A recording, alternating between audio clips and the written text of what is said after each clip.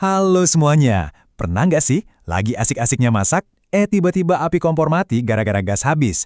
Bikin emosi kan? Nah, di penjelasan visual kita kali ini, kita bakal bongkar tuntas semua hal tentang energi rumah tangga. Kita akan memecahkan kode-kode rahasia berlangganan PGN alias perusahaan gas negara dan ngasih tahu Anda gimana caranya bikin dapur jadi lebih aman, efisien, dan modern. Yuk, langsung aja kita mulai. Oke, ini dia rute perjalanan kita hari ini. Kita mulai dari mengurai berbagai jenis gas, lalu membandingkan LPG dengan gas bumi pipa. Setelah itu kita bahas soal keselamatan dapur, lanjut ke panduan praktis berlangganan PGN, dan ditutup dengan melihat masa depan energi rumah tangga kita. Bagian pertama, mengurai alfabet gas.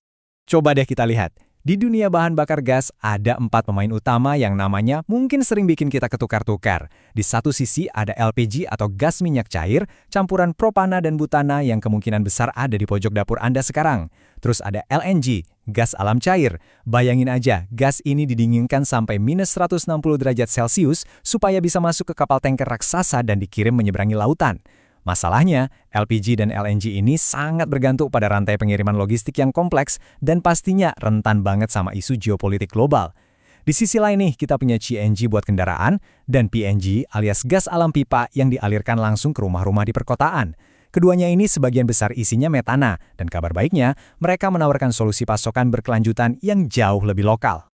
Sekarang, mari kita zoom in ke dua sepupu metana kita ini, CNG dan PNG. Walaupun bahan dasarnya sama, cara kerjanya beda banget loh. CNG itu ditekan kuat-kuat masuk ke dalam tangki bertekanan super tinggi. Bisa dibilang ini semacam pipa virtual bertekanan tinggi supaya kendaraan bisa bawa bahan bakar di ruang yang sempit. Tapi kalau PNG, nah ini dia. PNG bertindak sebagai tulang punggung energi perkotaan yang bekerja dalam diam. Dia mengalir terus-menerus dengan tekanan yang sangat rendah. Dan pastinya aman, langsung lewat pipa ke kompor Anda. Gak ada tuh ceritanya tangki berat atau tekanan ekstrim. Pokoknya aliran energi siap pakai yang ngalir begitu aja. Kita masuk ke bagian kedua, LPG versus gas bumi pipa. Nah, apa sih sebenarnya yang bikin transisi ini penting banget buat gaya hidup Anda? Jaringan gas bumi atau sering kita sebut jargas benar-benar menghilangkan momen kepanikan mutlak gara-gara kehabisan gas pas lagi asik menggoreng. Karena alirannya konstan, Anda nggak perlu lagi repot-repot angkat tabung gas yang berat itu. Dari segi biaya juga umumnya lebih hemat dan stabil karena kita nggak perlu bayar ongkos antar tabung. Apinya, wah super stabil, bikin masak jadi jauh lebih efisien. Dan coba bayangin deh, tanpa adanya tabung baja di sudut ruangan, dapur Anda tiba-tiba bakal terasa lebih luas, lebih bersih, dan bebas dari risiko noda karat di lantai. Bener-bener sebuah upgrade yang asik kan? Tapi tunggu dulu, ini bukan cuma soal bikin dapur Anda makin nyaman ya, efek makronya luar biasa besar. Gini, dengan beralih dari LPG ke PNG, kita secara langsung memangkas ketergantungan negara kita pada energi impor. Seperti yang kita tahu, banyak negara mengimpor sebagian besar kebutuhan LPG mereka, dan itu bikin posisi kita rentan banget kalau ada guncangan pasokan global. Jadi, dengan memakai gas bumi yang dialirkan secara lokal, Anda sebagai konsumen benar-benar ikut andil mengamankan ketahanan dan kemandirian energi nasional. Sekali dayung, 230 terlampaui. Bagian ketiga, utamakan keselamatan, bahaya dapur. Kalau ngomongin soal keamanan fisik, gas bumi pipa ini terbukti jauh lebih aman dibandingkan LPG. Kenapa? Karena LPG itu sifatnya agak licik. Dia lebih berat dari udara. Jadi kalau amit-amit ada kebocoran, dia bakal mengalir turun dan ngumpul di lantai dapur Anda. Kasih percikan api kecil aja, bus. Karena LPG bisa menyala cuma dengan campuran 2% saja di udara. Ngeri kan? Nah, beda cerita sama PNG. Dia lebih ringan dari udara. Jadi kalau ada sedikit kebocoran, gasnya bakal langsung naik dan kabur keluar lewat jendela atau ventilasi udara.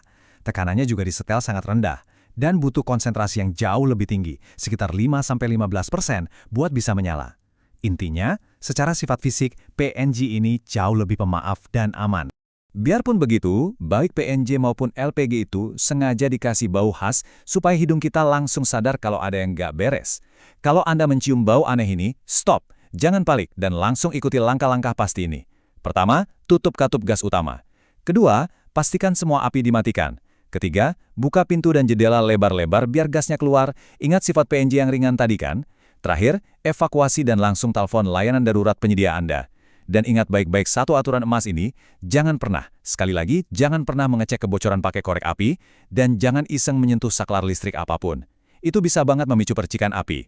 Lanjut ke bagian keempat, navigasi langganan PGN Anda. Oke, jadi Anda memutuskan buat langganan PGN. Terus gimana cara ngatur bayarnya? Mereka pada dasarnya ngasih dua pilihan simpel, pasca bayar dan prabayar. Kalau Anda pilih pasca bayar, sistemnya pakai dulu baru bayar.